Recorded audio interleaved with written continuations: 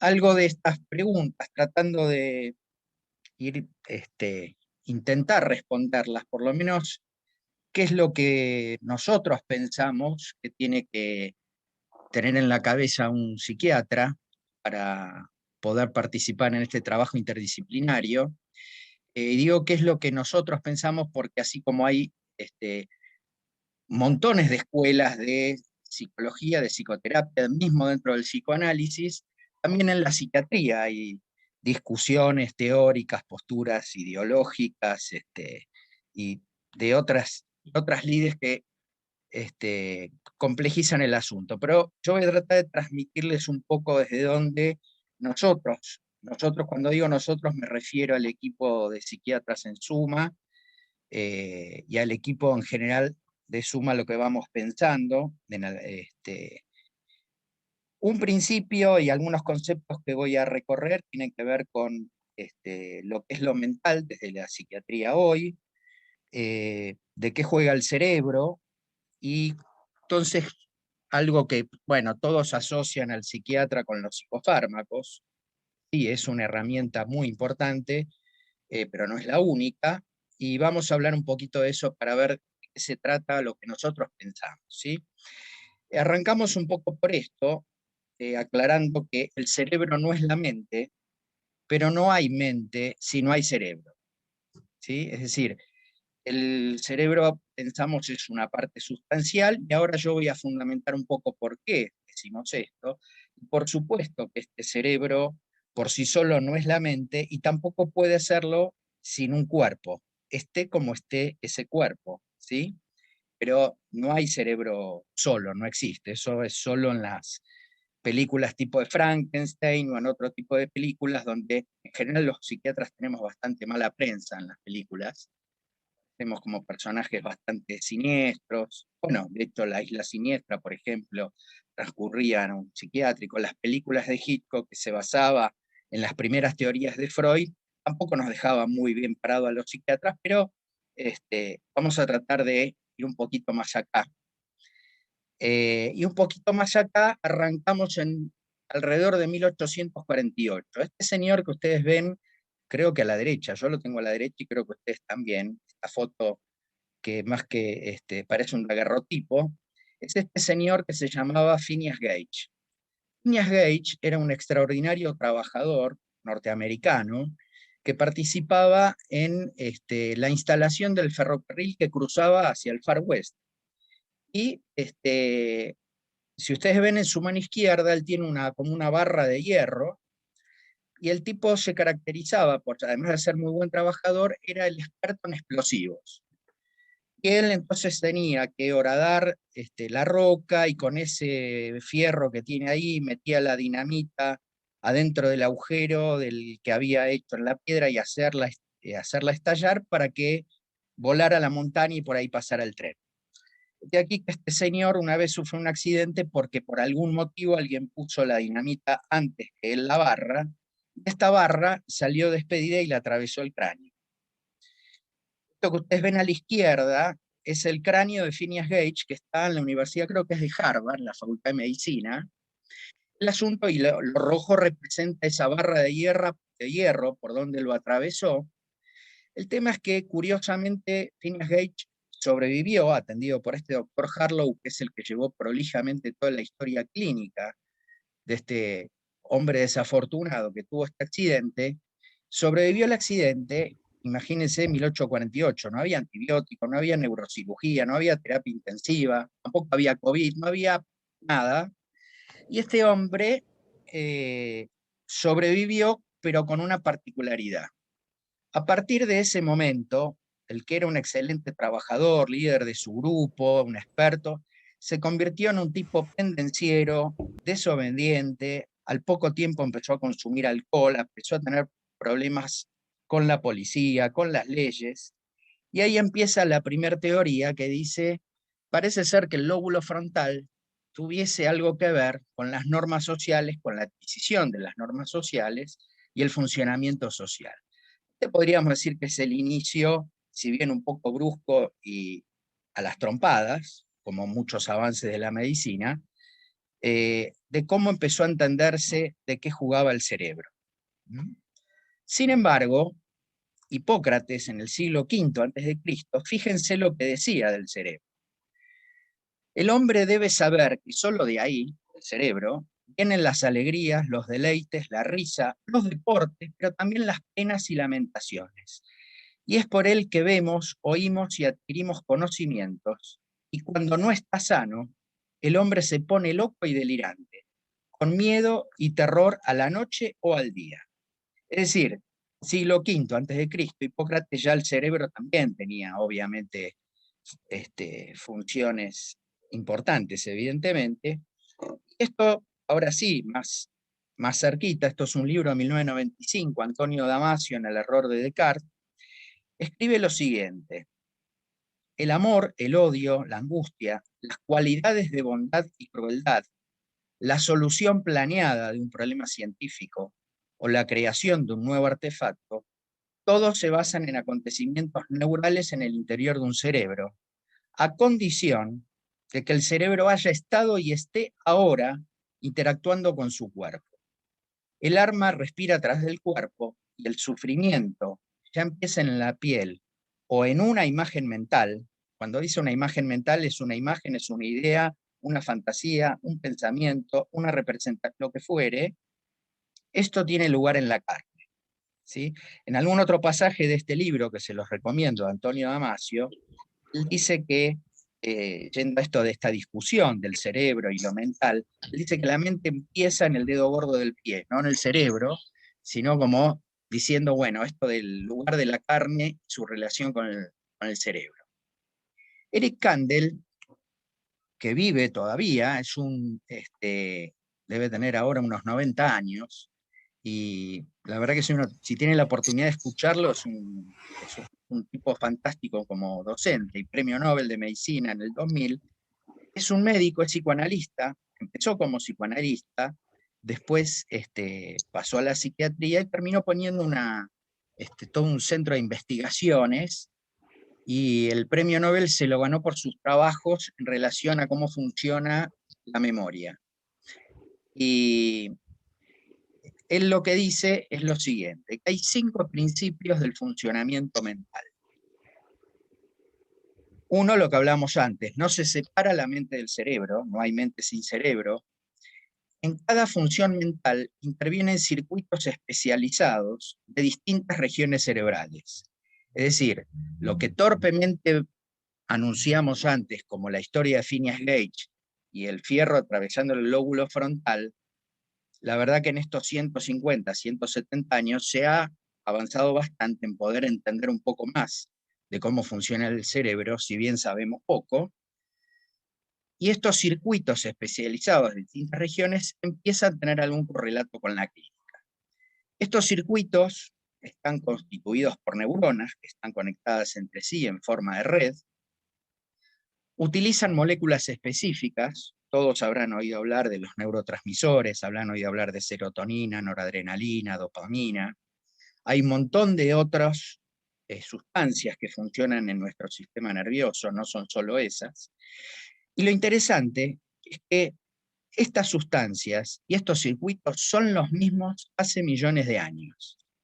Es decir, y esto lo vamos a aclarar un poco después, de cómo se puede modificar el cerebro, cómo la cultura, lo social, modifica el cerebro, pero la base, los seres humanos estamos exactamente igual que hace millones de años. Eso no quiere decir que yo diga que no hemos evolucionado nada. Lo que digo es que el cerebro se mantiene igual hace millones de años. Y lo que Kandel dice es que esta cuestión del aprendizaje, la memoria, el establecimiento de estos circuitos nuevos, es la posibilidad de que haya desarrollar procesos cruciales como el psicoanálisis o la psicoterapia en un sujeto, y que incluso constituyen la identidad misma. Somos quienes somos en parte por obra de cómo están armados estos circuitos. Cómo están armados y cómo están modificados, ahora vamos a ver eso. Porque cómo están armados, y decimos, pero ¿cómo? Si es lo mismo hace millones de años. Sí, hace millones de años que los circuitos son los mismos, pero en cada sujeto es diferente. ¿sí? Y ahora vamos a ir viendo por qué. Vamos a tomar un ejemplo de nuestra vida cotidiana. Alguien dice que siente fatiga, que siente falta, anedonia quiere decir la capacidad de sentir placer, tiene malestar físico indefinido, poco claro, o tiene múltiples dolores, le duelen los músculos, distintas partes del cuerpo, tiene mucho sueño, no puede concentrarse muy bien, no tiene ganas de conectarse con los demás, está más bien aislado, retraído, o no le interesa mucho lo que pasa en el mundo externo, ha perdido el apetito. ¿Qué es lo que ustedes pensarían que este sujeto tiene? ¿Qué le está pasando? Está bien, estamos en el contexto de la pandemia, el COVID, no es COVID esto, ¿sí? No estoy hablando de eso ahora, pero pensemos en alguien que tiene estos síntomas, seguramente, y además lo pregunta un psiquiatra, todos pensarán, y es una depresión, ¿no? Alguien que no tiene interés en el mundo externo, que está retraído, que tiene dolores inespecíficos, está con alteraciones del sueño, con alteraciones del apetito, pérdida de capacidad del placer.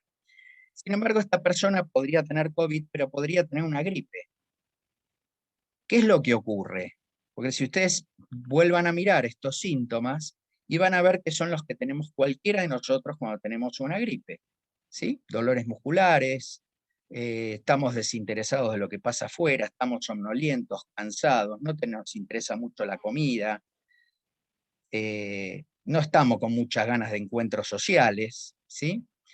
Esto tiene que ver con que cuando hay un estado de infección, por ejemplo, se activan esto que en estos días o este año, ya hasta está alterada la cuestión del tiempo en medio de la pandemia. En este último año habrán escuchado hablar de citoquinas y de tormentas de citoquinas. Bueno, esto afecta al cerebro. Estas citoquinas entran al cerebro y producen algún tipo de efecto, ¿sí? Es por eso que cuando alguien tiene una gripe o cualquier proceso infeccioso, tiene algunos síntomas que pueden parecer que esa persona está deprimida. No, no está deprimida, por supuesto que no tiene que tomar antidepresivo por eso, sino que está pasando algo en su cerebro y que es que esa inflamación que sufre el organismo por la infección también afecta al cerebro. ¿Mm? Entonces, si el cerebro puede ser afectado por cuestiones tan simples como una gripe, un estado infeccioso agudo y pasajero, imagínese en otras situaciones clínicas también más complejas, como la alteración de la tiroides o una anemia crónica, también empiezan a aparecer síntomas que tienen que ver con cómo el cerebro está sufriendo lo que está pasando.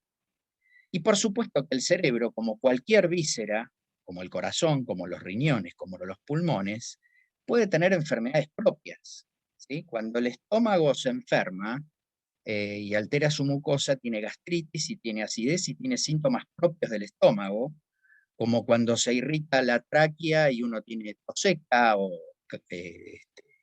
cambios en la voz por una disfonía. Bueno, cuando el cerebro tiene alguna enfermedad, empieza a dañarse notoriamente, y eso puede ser desde un accidente cerebrovascular hasta una demencia, ¿sí? Ahora, hay otros daños que son mucho menos evidentes y que tienen un correlato con síntomas y o con patologías psiquiátricas. Y esto tiene que ver con estas alteraciones, disfunciones de estos circuitos de los que habla Kandel, que acá dice daños menos evidentes. ¿Por qué daño menos evidente? Y porque no tenemos tecnología capaz de detectar que un circuito que funciona en más o en menos, o que un circuito que está por momentos funcionando de una manera y en otro momento de otra, eso todavía no tenemos modo de verlo ni con radiografías, ni resonancia magnética, ni tomografía, ni ningún tipo de estudio. Y por eso por ahora lo mejor que tenemos para evaluar este tipo de cosas son estos dos adminículos que tenemos al costado de nuestras cabezas, que es escuchar y ver qué está pasando con un paciente.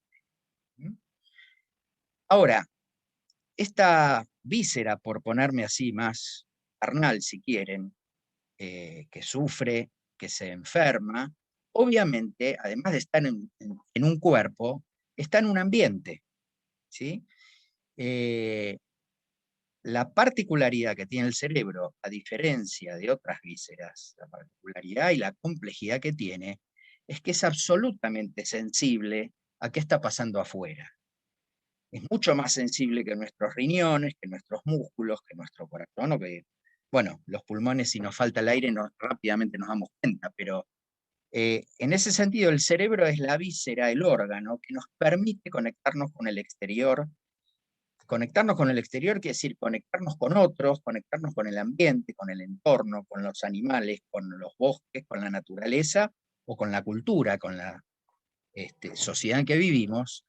Y también tiene el cerebro la complejidad y la capacidad de modificar ese ambiente, ¿sí? Es decir, este cerebro es una interacción permanente de estímulos y respuestas todo el tiempo con qué está pasando afuera. Entonces, el mismo Damasio dice, el organismo interactúa con el ambiente como un conjunto. La interacción nunca es del cuerpo por sí solo, ni del cerebro por sí solo. ¿Sí? Por eso esta importancia, esta metáfora de, bueno, lo mental arranca en el dedo gordo del pie. Absolutamente todo el cuerpo está, quizá mediatizado por nuestro cerebro, pero todo el cuerpo está funcionando y representando en esta situación. Kandel, en el libro que yo se los recomiendo, si lo pueden leer, yo no sabía, hasta que leí este libro, todos los premios Nobel tienen que escribir su autobiografía. Parece como una especie de contrato que tienen. Todos después de recibir el premio Nobel tienen que escribir su biografía y relacionarlo con sus trabajos y por lo cual le dieron el premio.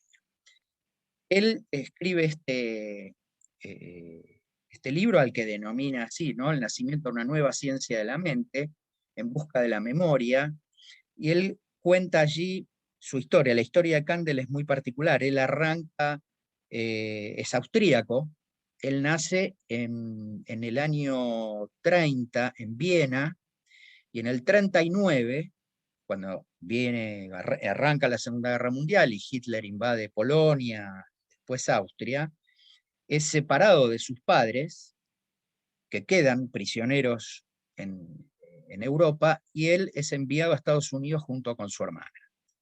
Él mismo lo describe como su trauma infantil, y empieza a contar su historia, y él describe cómo esto marcó su vida para que él empezara a estudiar psicoanálisis. Y a partir de ahí, una serie de desarrollos que ha hecho, hasta que todos los trabajos que él estudió en relación a la memoria, que termina, su trabajo final termina haciéndolo con una especie de caracol gigante que hay en California, que es la Plicia californiana, que tiene muy pocas neuronas, y entonces estudiando y viendo cómo aprendía esta aplicia, él termina de coagular, digamos, su desarrollo de cómo funciona la memoria del ser humano, ¿no? Él dice que en realidad para poder estudiar bien cómo funciona el ser humano tendríamos que encontrar algún animal que tenga 2 o 3 neuronas, pero que sepa tocar el violín. Que si nosotros encontráramos ese personaje, entenderíamos cómo puede funcionar un ser humano, ¿no? Y él dice que el potencial para muchos comportamientos del organismo es algo intrínseco del cerebro en esa medida. Está sujeto al control de los genes y del desarrollo. No obstante, el medio y el aprendizaje de una criatura alteran la eficacia de las vías preexistentes y habilitan la expresión de nuevos perfiles de comportamiento. ¿Qué quiere decir esto? Esto no es, a mi criterio y a mi modo de verlo, otro modo que ver las series complementarias de Freud. Él habla acá, Kandel, del potencial de los genes, y no hay duda que tenemos genes y genes que condicionan cómo se arma nuestra víscera cerebro. Insisto, esto de la palabra víscera como la cosa bien carnal. ¿Cómo saben las neuronas en el cerebro de un bebé recién nacido con qué neuronas tienen que conectarse? ¿Cómo saben las neuronas del lóbulo frontal del recién nacido que a los 5 años van a tener que establecer conexiones con el hipotálamo, el hipocampo y una cantidad de cosas que son millones y muy complejas. ¿Cómo saben las neuronas que deben hacer eso? Bueno, lo saben porque tienen las instrucciones en los genes, y eso es inherente al ser humano. Ahora, depende cómo esté estimulado o no esas neuronas en el momento de establecer esos circuitos, es la posibilidad de que ese cerebro tenga más o menos conexiones.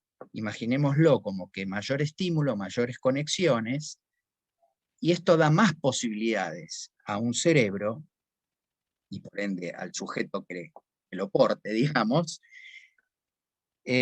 para después poder ir armando sus particularidades, ¿sí? Entonces, esto que él dice, el medio y el aprendizaje pueden optimizar estas vías preexistentes genéticamente condicionadas.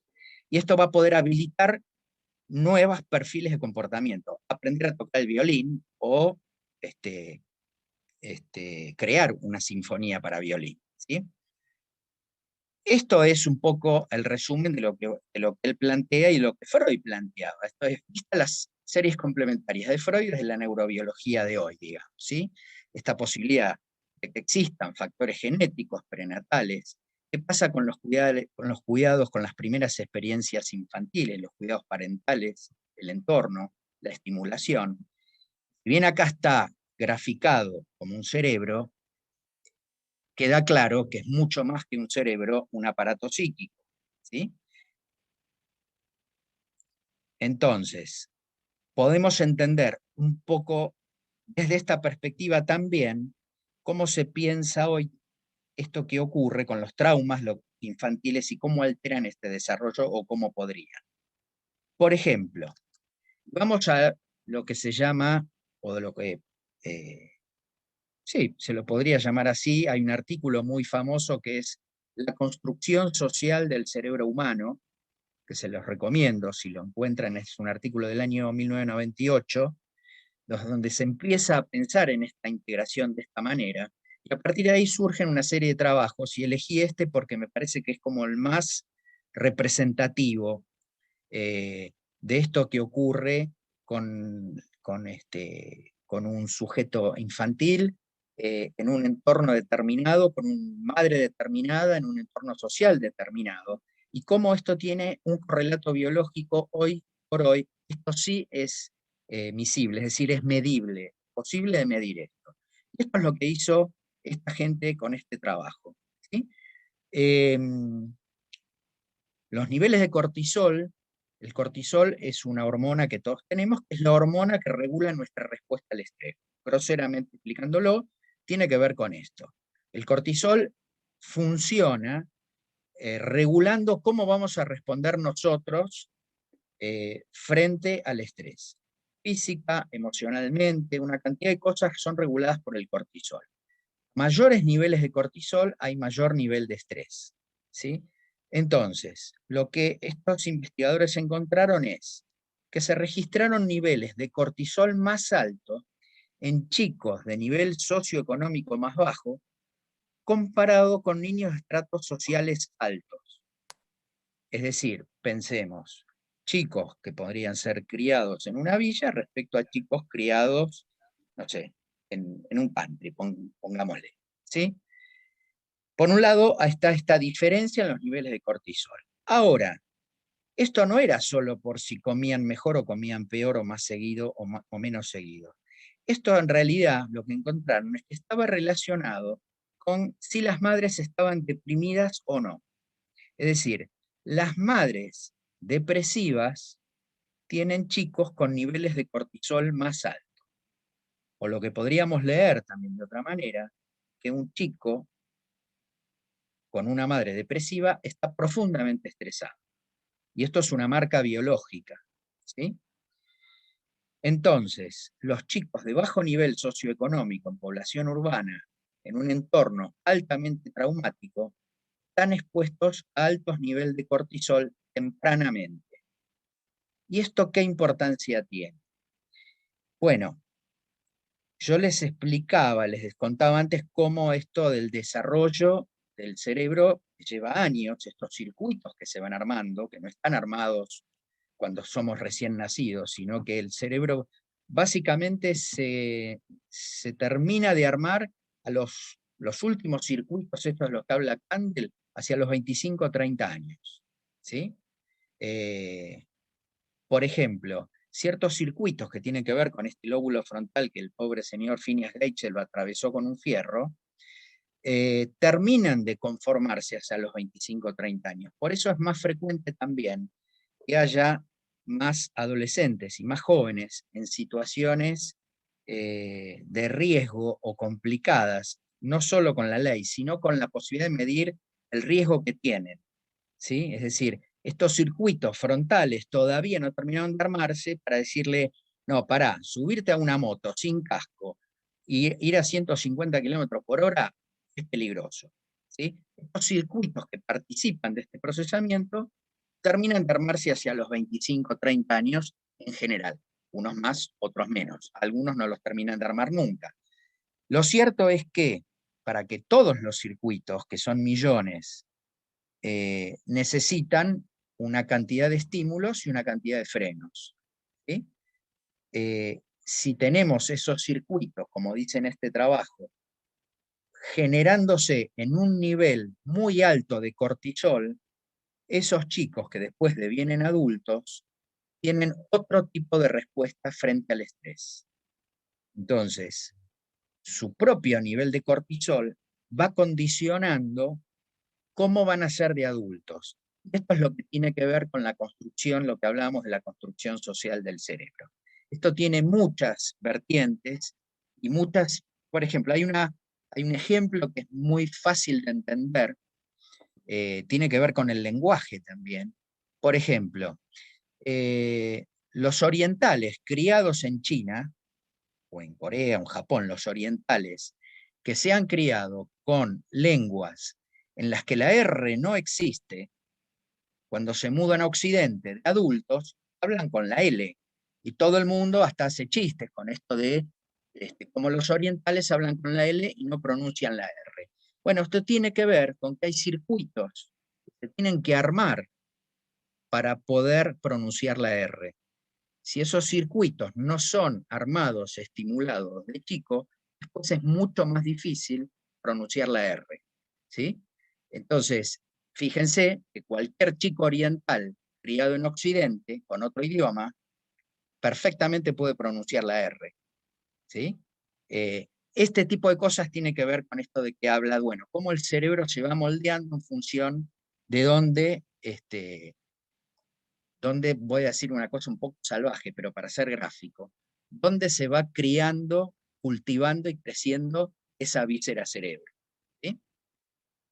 Entonces, en este concepto de lo mental arraigado en este cerebro y este cerebro como una interfase hacia adentro del organismo, hacia afuera, y capaz de modificar lo de afuera para después modificarse a sí mismo, obviamente cuando hay síntomas o trastornos mentales, bueno, está modificado de alguna manera. ¿Sí? Lo que nosotros nos encontramos con los pacientes graves, y acá vamos un poco en relación a las preguntas y con este tema en este curso, es cuáles son los problemas con los que nos encontramos muchas veces con los pacientes graves o con los pacientes severamente perturbados en los tratamientos. ¿Sí? Bueno, uno de los temas es la adherencia. ¿Qué quiere decir la adherencia? Es la capacidad que tiene una persona de aceptar, adherir, cumplir con sugerencias e indicaciones que se le pueden hacer en relación a su tratamiento. Pero esto no es, la adherencia no es un problema solo de los trastornos mentales. La mayoría de, de los problemas médicos tienen, perdón, la mayoría de los sujetos en tratamientos médicos presentan este problema. Es decir, hay un 60, un 70% de personas que no cumplen con las indicaciones que se le dan respecto a su tratamiento. ¿Sí? Que le dicen, bueno, tenés que tomar esto una vez por día, y a veces se olvidan o no lo toman, dicen, no, ¿para qué? Tomo la mitad. Bueno, esto lo vas a tener que tomar durante 15 días, porque es un antibiótico y tenés una angina que tenés que tomar esto durante 8 días. Y al sexto día o al tercer día, como ya no tienen fiebre ni de la garganta, largan el antibiótico. Es decir, esto no es un problema solo de la enfermedad mental, pero lo encontramos muy frecuentemente en pacientes con eh, severamente perturbados. Por supuesto que la automedicación, vamos a hablar un poco de qué se trata esto de la automedicación, el uso, el abuso de los fármacos. ¿Quién no tiene una vecina, un vecino, un amigo, una tía, un primo que alguna vez no le dijo tomate un Rivotril, tomate, ¿no? El abuso de sustancias y el alcohol, por supuesto. Y también, volviendo a lo que hablábamos antes, bueno, ¿cuál es el entorno donde vive este paciente? ¿Dónde se crió este paciente? ¿Dónde sigue viviendo? ¿O dónde se crió y se llevó a otro entorno o fue a buscar repetir el entorno en otro lado? Estas son una serie de problemas que nosotros vamos a ver más allá, o vamos a pensar en esto, más allá de cuántos miligramos de qué cosa. ¿Cómo abordar esto? ¿Sí? Fíjense, por ejemplo, en el caso de la esquizofrenia o de un primer episodio psicótico, ¿sí? Eh, pacientes que han estado estabilizados después de un primer episodio psicótico y que han estado bien durante 15 meses, más de un año, al dejar la medicación, el 77% recayó en este estudio al primer año y el 90% al segundo. ¿Sí? Todo este nivel de adherencia mejora si se implementan técnicas de psicoeducación familiar y terapias dirigidas a mejorar la adhesión al tratamiento antipsicótico. Es decir, no se trata de que el psiquiatra solamente sepa si le tiene que dar 10 miligramos de lopidol o 3 de risperidona. La verdad que eso es lo menos complicado. Lo más complicado que hacemos los psiquiatras es tratar de ver cómo hacer para que el paciente cumpla con su tratamiento, no solo con la medicación. ¿Sí?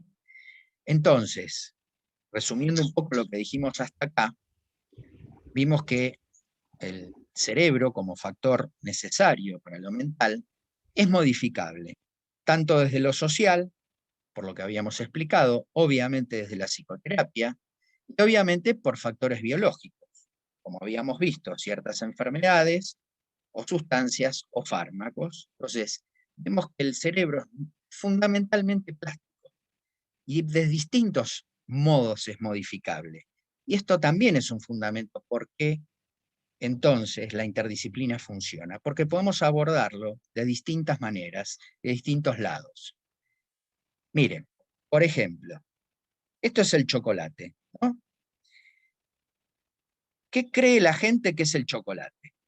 Muchos creen que es estimulante, otros creen que es un relajante, otros creen que es un euforizante, otros creen que es afrodisíaco, otros creen que es un tónico y otros creen que es antidepresivo. ¿Sí? Estas son creencias hechas por encuestas de qué piensa la gente sobre el chocolate.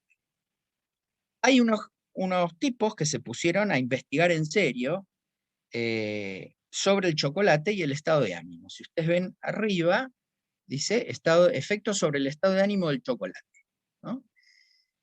Claro, el autor, solamente el autor que se llama Gordon puede interesarle estudiar esto.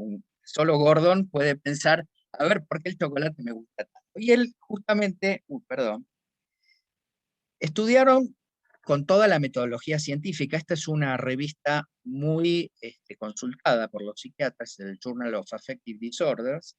Es una revista que tiene muchas publicaciones, es revisada por pares, muy exigente para que los trabajos sean sólidos para ser publicados en esta revista.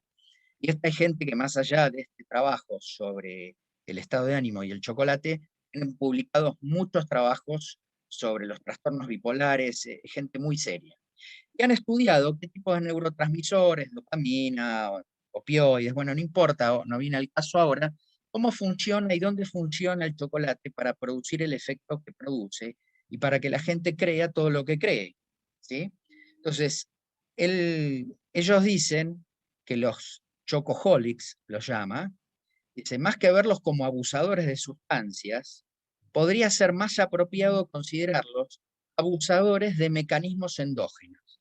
Es decir, el chocolate lo que hace es, nosotros respondemos con nuestros propios mecanismos cerebrales frente a la presencia del chocolate. Ahora, lo que sí es cierto, que el chocolate tiene todos estos efectos.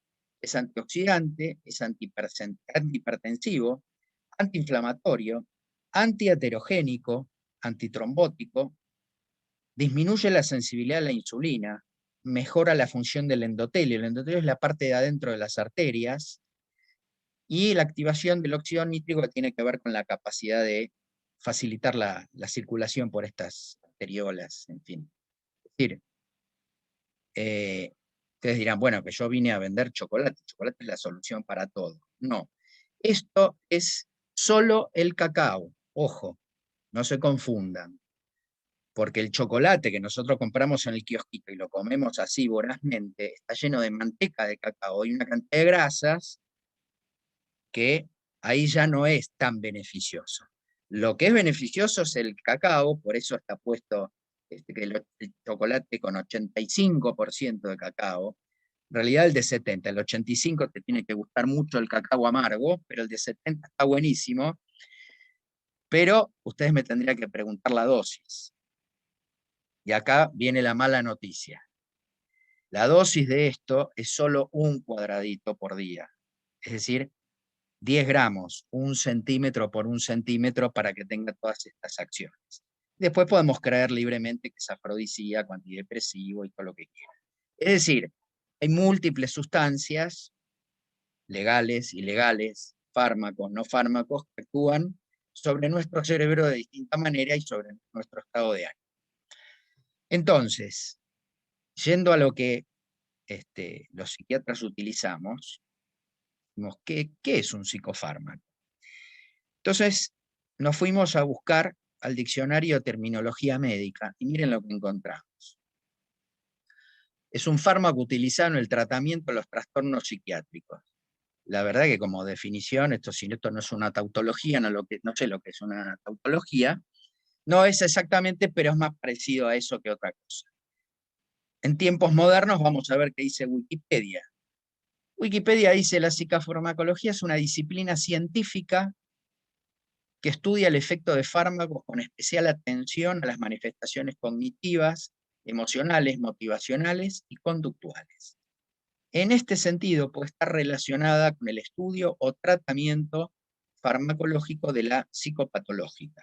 Está así en Wikipedia, o estaba así en el 2016. Un poco arrima un poco más el bochín.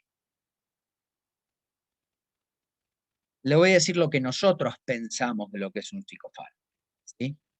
Son fármacos con efectos sobre la funcionalidad cerebral que modifican su actividad con el fin de tratar alteraciones producidas por patologías psiquiátricas u otras patologías médicas que cursan con manifestaciones en dicha área.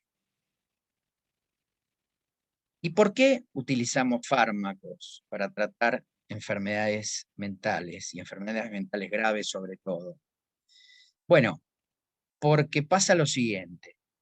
Los pacientes psiquiátricos, los pacientes con enfermedades mentales severas, se mueren más jóvenes, estadísticamente, viven menos, viven peor, es decir, tienen más enfermedades, la pasan peor, tienen peor calidad de vida. La ventaja de los fármacos es que pueden disminuir la necesidad de internaciones, ¿sí?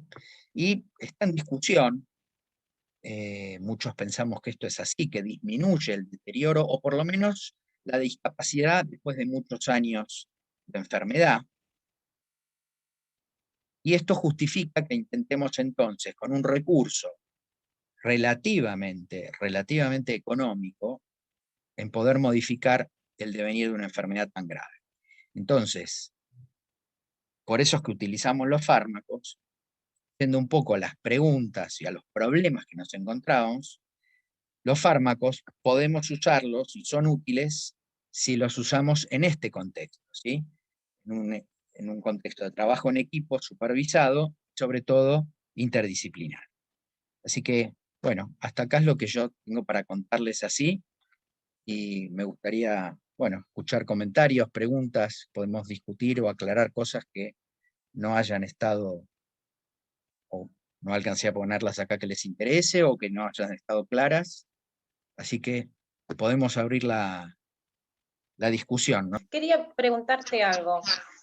¿Qué relación causal hay entre madre depresiva, entre comillas, ¿no? y estos niños con altos niveles de cortisol? Bueno, está buena tu pregunta, y para ser fiel a lo que yo dije antes, voy a intentar responderla, porque no sé si tengo la respuesta. Yo lo que te puedo contar es de lo que está investigado sobre eso. Muchos le pueden atribuir una causalidad directa y otros van a decir, bueno, no, lo observado es esto. Lo observado, la síntesis es lo que yo planteé en ese slide. Es decir, chicos cuya madre está deprimida, si se les evalúa su nivel de cortisol, se encuentra que tienen el cortisol más elevado que chicos cuyas madres no están deprimidas. Y esto es más notorio si encima ocurre en un entorno social desfavorable. Hasta acá es claro, esto es lo observado, ¿sí? La hipótesis y lo que se supone, el sistema del cortisol es un sistema muy complejo, hay muchos factores que lo modifican, muchísimos, y posiblemente, si cuando vos me decís, bueno, ¿cuál es la causa? ¿Cuál es el mecanismo intrínseco? Es difícil de dilucidar, pero sí está claro que el cortisol es una hormona que es lo que te permite, de algún modo, estar detectando todo el tiempo qué es lo que pasa afuera. Por ejemplo, si uno estudia la conducta de animales sociales como los monos, uno ve que los cachorros de monos, los bebés de los monos, no me acuerdo ahora si son los babuinos o los bonobos, pero alguno de estos, eh, el cachorro frente a una situación de peligro o cuando hay un ruido raro, lo primero que hace es mirar a la madre. En realidad, si uno observa, va a ver que los cachorros humanos hacen lo mismo. Ante un ruido, miran a la madre. Si la madre se altera, el monito se altera. Entonces, vos decís, y entonces es una cuestión visual, es por los ojos, la corteza visual, es un sistema de alarma, un sistema de alerta que funciona, y una de las llaves es el cortisol. Entonces, por eso digo que intento responder. Una causa supuesta es que si este cachorro humano ve a su mamá deprimida, se le despierta una sensación de alarma, de alerta, de inseguridad, de miedo.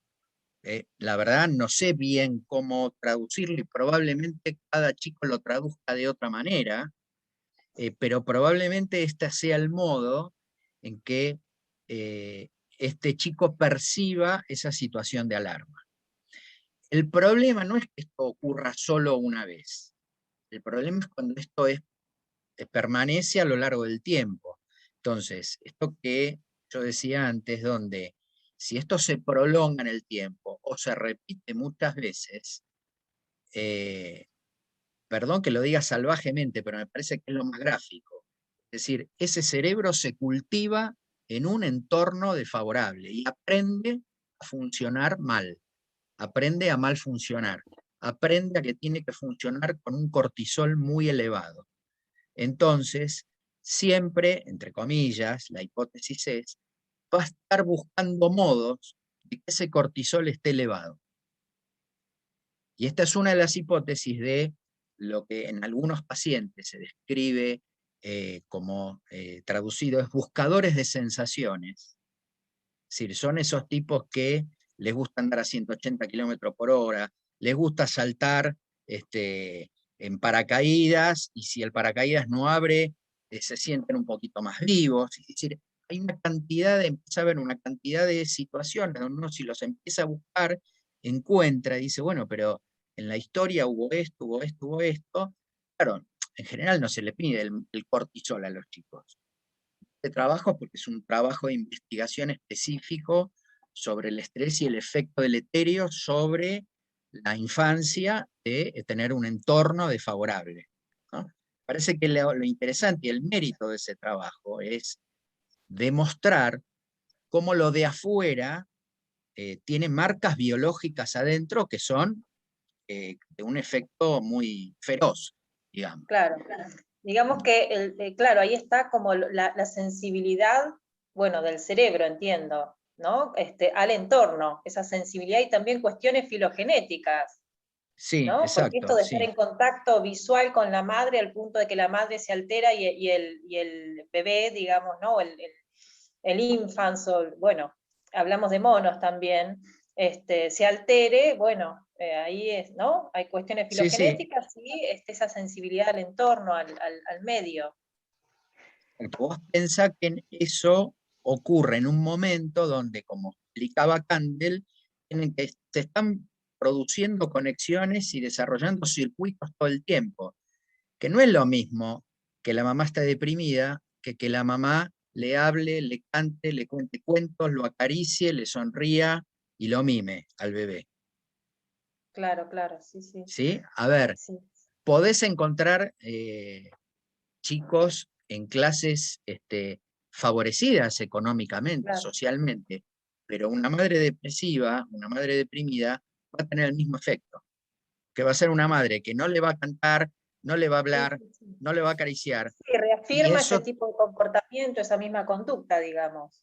y sí, entonces, lo que ocurre es que desde ciertas teorías, son el concepto por ahí de aprendizaje, repetición, en fin, una cantidad de cosas que se piensan desde el psicoanálisis o otras teorías, desde la biología tienen un correlato, que ahí es donde yo te digo, no sé si te puedo contestar, es la causa, pero que hay un correlato, Claro. Sí, ¿no? Es podría ser como decirte, multicausal también, ¿no? y probablemente sea Por lo que vos multicausal, decís.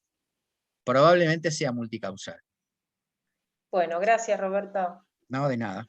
A propósito de esto, Robert, me hiciste acordar, sobre todo cuando mencionaste el tema de los monos, a los experimentos que hicieron Bowlby y una serie de ingleses en su momento, justamente con monos y justamente sobre la crianza con monos, que esto derivó después en la teoría del apego, ¿no?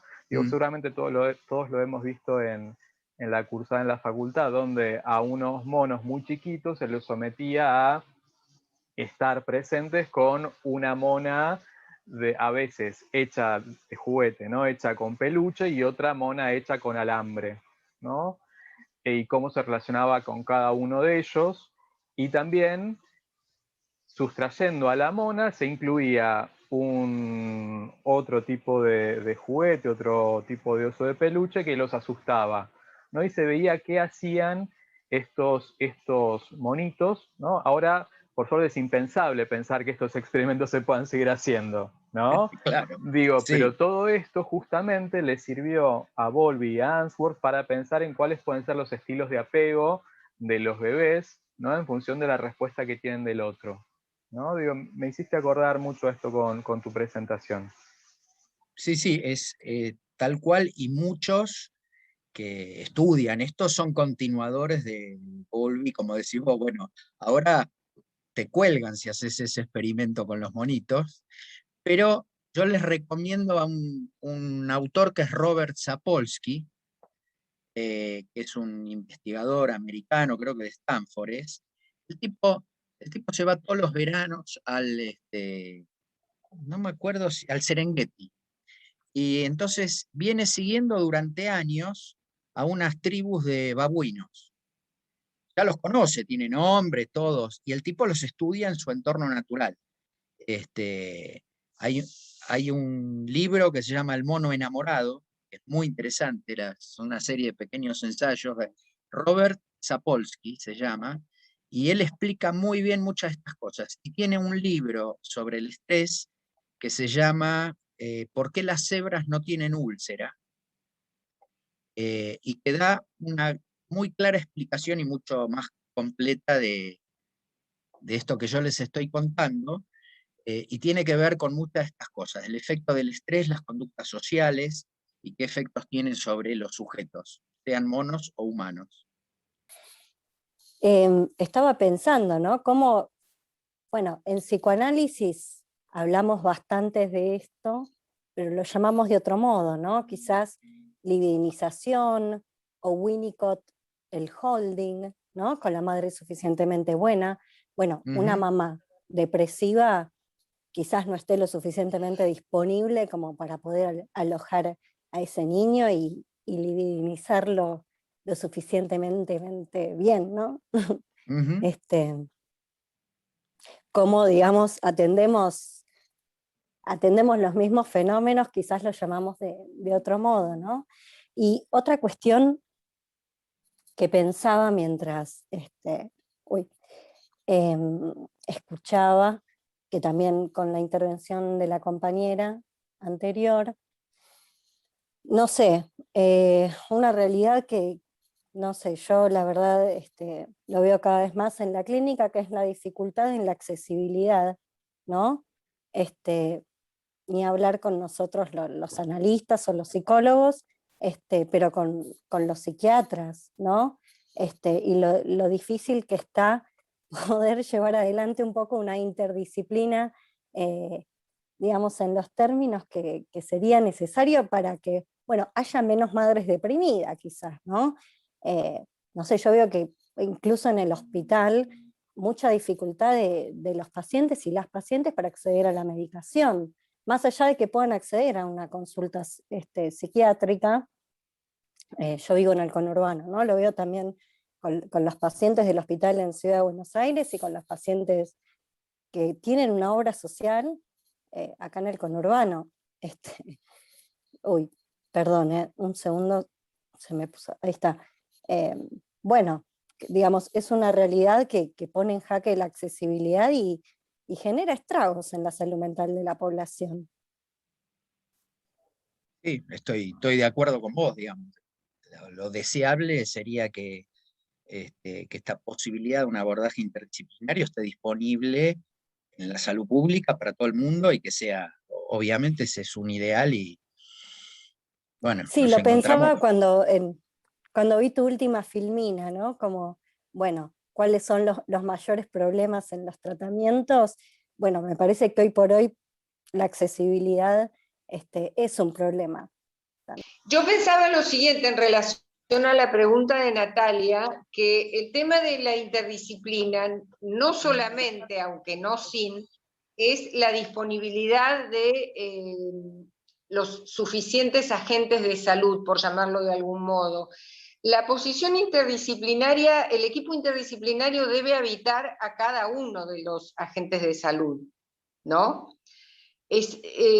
A veces es no solamente no contar con el recurso en el hospital, cosa que creo que todos los que hemos transitado por los hospitales generales, al menos en otras épocas nos ha pasado, sino contar con el recurso interno de tener la posibilidad de una interconsulta, de tener la posibilidad de pedir el acompañamiento. No sé, Roberto, vos qué pensás al respecto.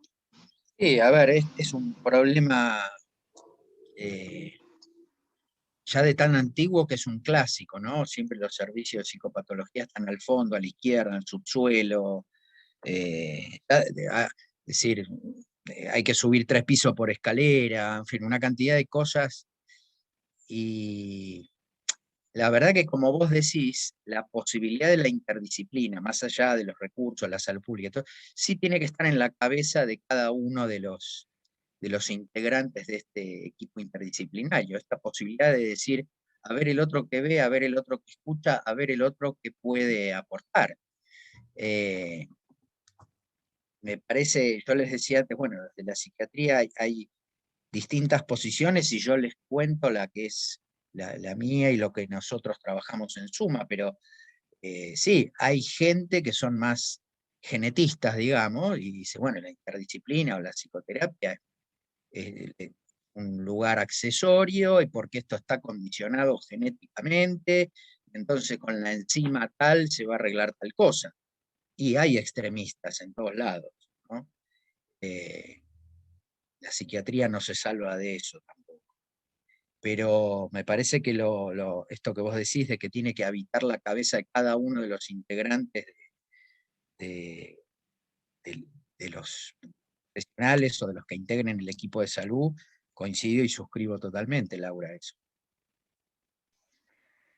Patricia Rubín hace una pregunta. ¿Qué eficacia tienen los psicofármacos en pacientes con esquizofrenia aguda y la medicación hace efecto rebote? ¿Se va modificando la medicación? Gracias, Roberto, muy interesante. Bueno, a ver, me gustaría preguntarle a Patricia qué entiende por rebote en este caso, pero contesto la primera parte.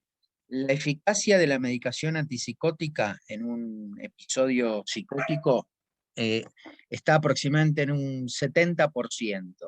¿Qué quiere decir eso? Eso quiere decir que de 100 pacientes con un episodio psicótico agudo, dándoles determinado antipsicótico, aproximadamente 80 pacientes van a responder bien. Hay un 20% que a ese antipsicótico no van a responder bien, cambiándole el antipsicótico probablemente haya un 10% más que responda, y va a haber un porcentaje de pacientes que no van a responder a ningún antipsicótico. Estos son los pacientes más graves, más difíciles y las situaciones más complicadas. Pero sí está bueno aclararlo, viene muy bien la pregunta, que es que los antipsicóticos no son garantía de que se reduce el delirio o las alucinaciones. Son bastante eficaces, pero no es garantía de reducción o desaparición del delirio, ¿no? Eso por un lado. Y me pareció que aclaraba algo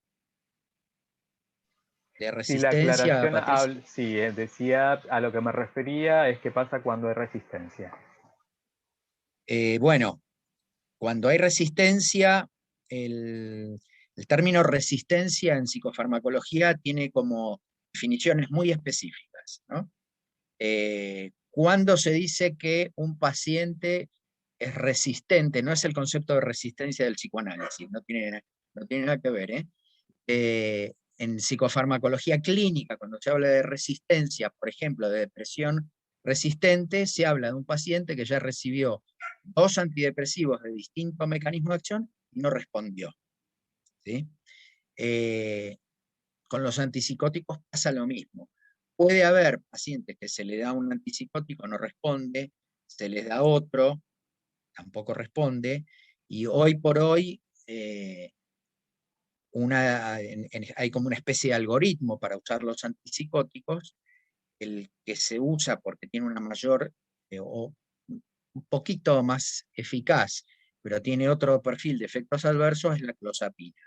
Y a veces hay que combinar 2 antipsicóticos, cosa que en general no nos gusta, o a mí por lo menos no me gusta, porque uno ahí potencia el riesgo de efectos adversos o de efectos secundarios, y en general cuando uno ya empieza a usar 2 antipsicóticos ya no sabe cuál de los 2 es el que está dando mejor beneficio y cuál está dando más efecto adverso. Entonces uno se mete en un berenjenal, por eso uno trata de ser prudente y de no entrar con toda la artillería, ¿sí? Uno va dando dosis bajas en lo posible, aumentando gradualmente hasta obtener una respuesta, y si eso no ocurre, se intenta con otro. En fin, hay toda una serie de técnicas para usar los medicamentos. No sé si le contesté a Patricia lo que quería. Roberto, gracias. Nada, de nada. La verdad que me hizo ruido un poco, bueno, yo hice 2 años un posgrado en el Borda, y bueno, quizás es otro tipo de pacientes, ¿no? Porque uno de pacientes de internación, con mucha medicación, y como que a veces con terapias interdisciplinarias, pero como que o no mejoran o quedan así como un letargo. Quizás son pacientes de muchos años de medicación, y el propio contexto de la internación hace que la medicación no haga efecto, o que haga efecto y queden como esto mal llamado, como que están sedados, ¿no? Digo, me hizo ruido, obviamente que es eficaz la medicación, pero bueno, por ahí son pacientes que están en otro contexto, ¿no? Por eso se ve distinto que por ahí el paciente que llega a consultorio, ¿no? Absolutamente. Como que el A ver, impacto es distinto, ¿no? sí, absolutamente. Esto tiene que ver con lo que yo planteé en los slides. Hay cuestiones sociales, donde vos Claro. tenés un paciente aislado, a ver, por decirlo de alguna manera, no es lo mismo los 10 miligramos de alopidol en un paciente aislado, no estimulado, guardado, entre comillas, que un paciente que recibe 10 miligramos de alopidol, pero está en una terapia grupal, está con talleres, tiene una psicoterapia, tiene una familia o tiene un entorno social favorable. Los 10 miligramos de alopidol son los mismos, pero y sí, la respuesta probablemente sea diferente, ¿no? Gracias. También es cierto que, bueno, los antipsicóticos no son medicamentos que a largo plazo no tengan consecuencias. Sí, también tienen efectos adversos, claro. No son la panacea, por supuesto que no. Es decir, uno usa como cualquier otro área, digamos, uno usa un medicamento cuando cree que los beneficios son mayores que las desventajas o los riesgos. Me parece que esto que están conversando Roberto, Patricia, abre la dimensión de cuál es la expectativa que se puede tener respecto de un psicofármaco, ¿no? ¿Qué es lo que se puede esperar y cuáles son las limitaciones terapéuticas de un psicofármaco, ¿no? Me parece que está bueno plantearlo, porque me parece que muchas veces cuando se instala un psicofármaco en un paciente se tienen muchísimas expectativas sobre cuáles van a ser las consecuencias de ese acto de medicación, ¿no? Cuando en realidad, como vos mencionaste, digo, el tratamiento de un paciente o la mejora de un paciente depende de muchas cosas, no solamente de la medicación. Sí, absolutamente. Estoy buenísimo tu aporte, Juan. De hecho, a ver, el concepto de transferencia existe también con el psicofármaco o con el psiquiatra o con toda la situación de que alguien acepte o no una medicación. Y la expectativa, como vos decís, es del paciente, es del médico, es del familiar.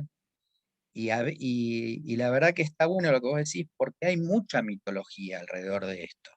Están en un extremo los que dicen, bueno, que los psicofármacos son una especie de veneno, y después están los otros que los idealizan absolutamente, y uno en el consultorio ve los dos extremos, ¿no? El que viene y dice, quiero la pastillita para resolver mis problemas, y el que viene a demostrar que va a ser envenenado cruelmente por el psiquiatra con un fármaco, una especie de chaleco químico. Y la verdad que ninguna de las dos posturas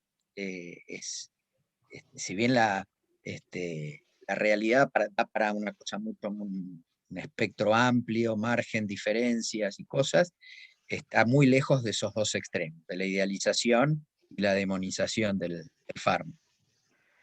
Hay una pregunta que voy a tratar de reformularla en términos más generales y que me parece que tiene que ver con este cuco, con este fantasma de envenenamiento, que tiene que ver con cuáles pueden ser los efectos de la medicación psiquiátrica indicada para una mujer que está embarazada en el bebé.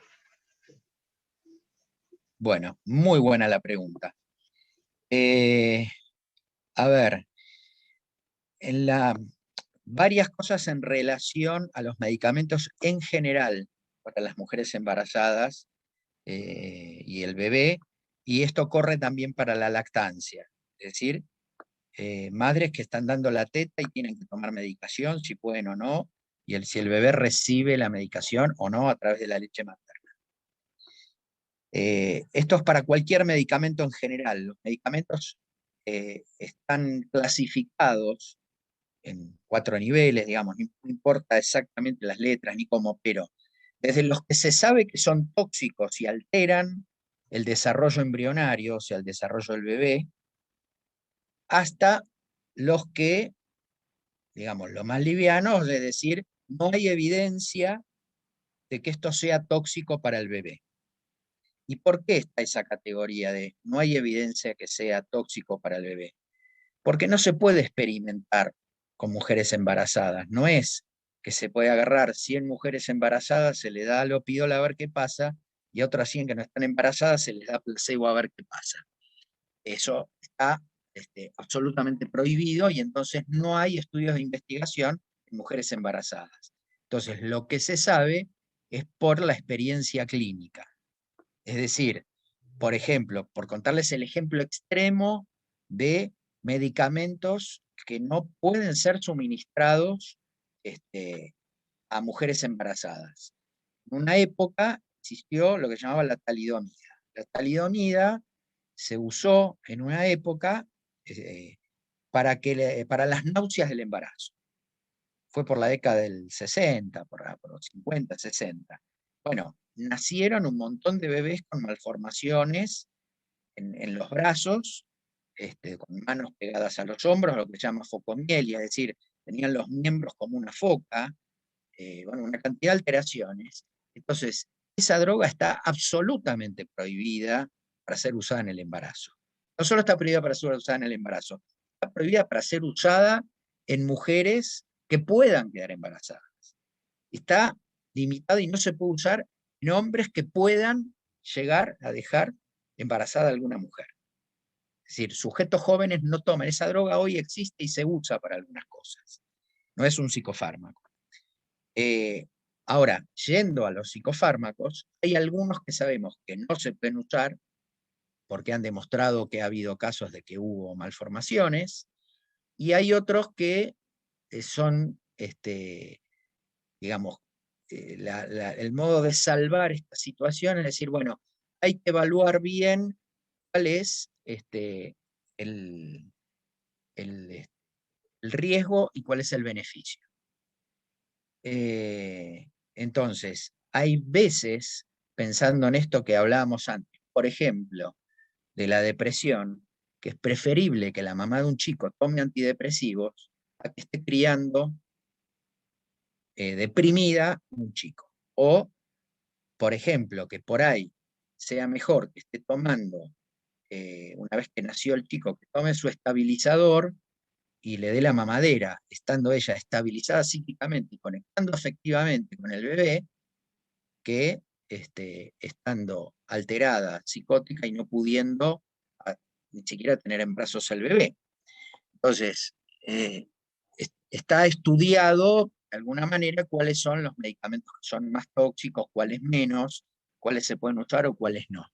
Hace 15 días recibí un WhatsApp de una paciente, de una ex paciente, que me manda una foto con su hija de 13 años. Esta mujer es médica, yo la atendí hace 13 años y tuve que medicarla durante su embarazo. Entonces, me manda una foto, yo ahora no la veo hace 10, y me manda una foto y me dice, esta es la chica que vos medicaste estando en mi panza. Y me cuenta, bueno, una serie de cosas, y me dice, me acordé de vos porque estoy trabajando con esto del COVID, y recibí 2 pacientes con paroxetina, que era lo que yo le había dado a esta mujer en su momento. Y entonces ella me pone el miedo que teníamos en aquel momento cuando yo tomaba la paroxetina. Me pone, mirá, me acordé hoy, te quiero mandar la foto, hace 13 años, y mirá, mi hija, bueno, y me contaba una serie de cosas de la hija que está en el colegio secundario, digamos, que la piba no tuvo problemas, ¿no? Ahora, voy a decir, bueno, ¿la paroxetina está indicada en el embarazo? Y no es que está indicada. Pero bueno, había toda una situación en ese momento que ponía en riesgo la vida de la mamá y del embarazo. Entonces, en ese momento, junto con ella y el marido, decidimos, bueno, usamos la medicación y anduvo bien. Y en general, bueno, esos antidepresivos funcionan bastante bien, ¿no? Así que hay otros medicamentos que sabemos que no se pueden usar. Última pregunta y volvemos con Laura, que ya en unos momentos finalizamos. Pregunta Camila Álvarez, ¿dónde podemos encontrar la investigación sobre madres depresivas y niños con niveles elevados de cortisol? Les paso ya la referencia bibliográfica. Esperen, si puedo compartir pantalla, les pongo, ahí está toda la referencia en el mismo slide. ¿Puedo compartir la pantalla, Juan? Sí, sí, sí. A ver, espérate, si me dan un segundo.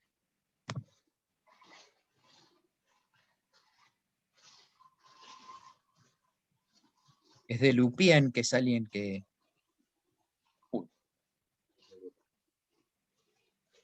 Vamos de vuelta, arranco desde el principio. A ver si desde acá puedo. Ahí va, a ver. Ahí va.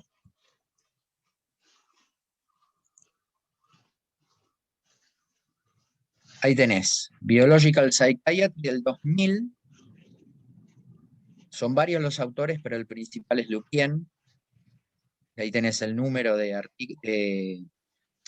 revista y la página. Este es un trabajo clásico. Cuando se publicó este trabajo, como que inauguró una serie de trabajos y de conceptos en relación a esto de lo social y la infancia y el cerebro.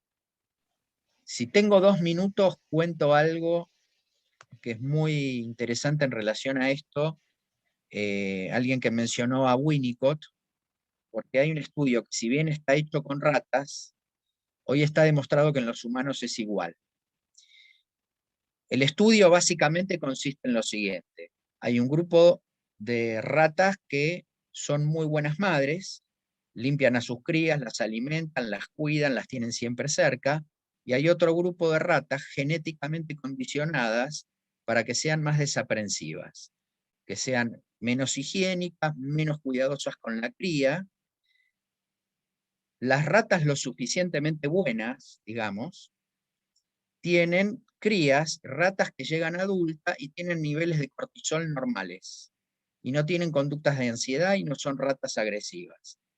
Las ratas que no son lo suficientemente buenas tienen crías que fueron condicionadas genéticamente, ratas mal criadas, por decirlo de alguna manera, tienen ratas ansiosas y agresivas. Lo que estos investigadores hicieron es, cruzaron las crías. Cuando nacieron las ratitas de las ratas suficientemente buenas, se las pusieron a las ratas no tan buenas. Y la lechigada de las ratas genéticamente, la mala madre, digamos, se la pusieron a la rata lo suficientemente buena. El resultado fue que cuando estas ratitas se hicieron adultas, las ratitas genéticamente malas se transformaron en ratitas que eran con conducta sociable, no más agresiva que lo común, ni niveles de cortisol elevado. ¿Qué quiere decir esto? Quiere decir que el entorno donde se cría la ratita, si tiene una madre lo suficientemente buena, una rata lo suficientemente buena, esa cría tiene chances de ser una adulta, entre comillas, sana, sin entrar a discutir qué quiere decir sano. Menos en las ratas. Pero, digo, el concepto es este. Se sabe exactamente cuál es la alteración que se produce en los genes, que hay una metilación, es una cuestión química bastante compleja, pero se sabe dónde está la alteración y que puede ser suplida por una buena crianza. ¿Sí? Esto está demostrado en las ratas, esto es del año 2015 más o menos. Y hace 2 años se demostró en chicos maltratados que esta falla en la metilación de una enzima, que después es la que trabaja con el cortisol que mencionamos antes, esto es lo que tiene alterado chicos víctimas de violencia y abuso infantil. ¿Qué quiere decir esto? Que los chicos víctimas de maltrato y abuso y violencia infantil, si se les brinda un entorno apropiado, hay daños biológicos que pueden ser reparados. Ahora, hay una ventana para esto, lo mismo ocurre con las ratitas. No lo podés separar a la cría de la rata madre en cualquier momento. Lo haces tarde, es tarde. Hay toda una ventana de oportunidad, ¿sí? Bueno, la hipótesis es que tenemos ventanas de oportunidad con los chicos si mejoramos su entorno social, si podemos mejorarlo en cuanto a este entorno violento, obviamente es ideal, ¿no? Como se hablaba antes, del acceso a tratamientos para todos. Pero bueno, digo, es como hay opciones, hay oportunidades y hay cosas para hacer, ¿no?